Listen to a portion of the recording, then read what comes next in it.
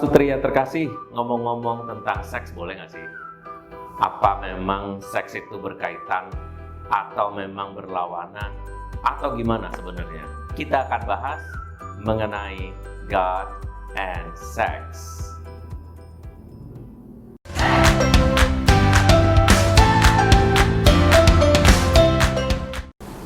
Halo semua, jangan lupa sebelumnya kita subscribe, like, dan share serta klik loncengnya supaya bisa dapat konten-konten dari saya. Kita akan bicara mengenai God and Sex. Apakah betul berbicara mengenai Tuhan dan berbicara mengenai seks itu sesuatu yang boleh, wajar, atau mungkin sesuatu yang kotor atau yang nggak normal atau nggak lazim?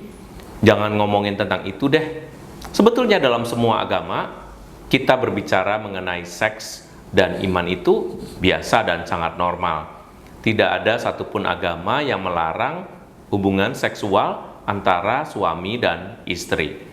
Kita akan berbicara mengenai seksualitas ini baik dari sisi spiritual maupun sisi psikologis dan juga sisi biologis sedikit, karena bagaimanapun juga soal seksualitas ini adalah persoalan biologis atau kebutuhan biologis dari Anda, terutama Anda yang menikah. Nah, apa yang bisa kita pertimbangkan sebagai sesuatu yang penting ya?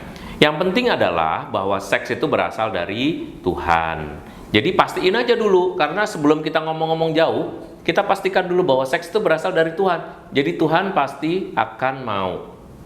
Tuhan pasti berkenan. Tuhan pasti ingin supaya kita mengembangkan kehidupan seksualitas kita. Seks itu berasal dari Tuhan karena memang Tuhan menciptakan kita semua supaya untuk reproduksi dan untuk membedakan antara mana yang pria dan mana yang wanita, laki-laki dan perempuan. Maka soal seksualitas ini menjadi persoalan semua dari kita, termasuk juga kenyataan ya. Jadi seks itu adalah anugerah Tuhan. Kita nggak perlu sampai marah-marah mengenai ini kok orang kok ngomong rohani kok ngomongnya tentang seks. Justru sebaliknya, kalau nggak diomongin justru biasanya masalah bisa terjadi dan orang bisa gagal melaksanakan hidup berimannya karena perkawinannya bubar misalnya. Nah, kemudian kalau kita mau bicara tentang seks, itu sebetulnya Tuhan sudah membuat seks itu berkaitan dengan prokreasi. Orang kalau mau melahirkan, kalau mau punya keturunan, reproduksi, dan juga orang pengen punya anak, itu harus lewat seks. Selain itu juga, jangan lupa seks itu juga bagi pasutri, saya ulangi, buat pasutri ya, buat suami istri, itu juga menjadi alat untuk mengekspresikan. Jadi bisa menjadi sarana untuk mengekspresikan diri. Sarana untuk mengekspresikan diri sebagai apa? Sebagai laki-laki dan sebagai perempuan.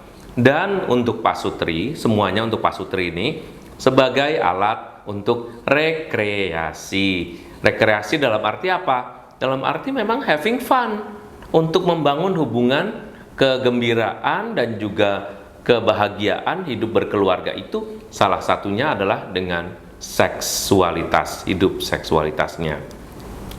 Kalau kita mau cermat ya, ada beberapa pasangan tuh yang datang sama saya tuh, mereka merasa bahwa kehidupannya tuh nggak beres. Saya tuh kok mati rasa ya, Romo sama pasangan saya kok nggak ada rasa ya, kok saya tuh kehilangan rasa, saya udah males deh ketemu dia.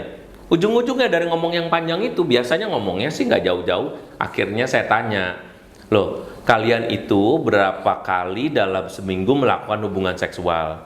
Nah, pertanyaan itu biasa dijawab, ya ada lah. Saya nggak mau menjawab. Kalau Anda menjawabnya ada lah, saya nggak tahu berapa kali. Nah, kadang-kadang orang harus ditanya sesuai dengan umurnya. Orang harus tahu bahwa dia harus mempunyai hubungan seksual. Kadang-kadang kalau tidak ditegaskan pertanyaan ini, maka bisa menjadi satu jawaban yang aneh. Misalnya, ya adalah sebulan sih adalah sekali. Loh, pernikahan baru 1-2 tahun kok sebulan sekali. Itu sesuatu yang aneh. Bukan karena kewajiban, tetapi itu suatu hal yang aneh. bagaimana orang yang menikah tidak punya kemauan untuk melakukan hubungan seksual. Nah, orang yang mau melakukan hubungan seksual itu karena dia mencintai. Dan karena cinta bertambah dengan nafsu, cinta dengan nafsu, maka jadilah hubungan seksual. Ada yang bisa kita ambil dari apa yang dikatakan oleh Ibu Teresa atau Bunda Teresa, yaitu a pure heart is a carrier of God's love, and where there is love, there is unity, joy, and peace. Mother Teresa. Bunda Teresa mengatakan bahwa ketulusan hati itu membawa cinta Tuhan. Kalau cinta Tuhan sudah dibawa dengan sendirinya, kehidupan seksualitas setiap orang pun itu akan bertumbuh dan berkembang dengan sangat baik. Jadi kuncinya adalah tulus. Setelah kita mendengarkan bagian ini, kita akan melanjutkan ke bagian kedua supaya kita makin mastering dalam membangun hubungan seksual yang sehat dan juga sekaligus rohani.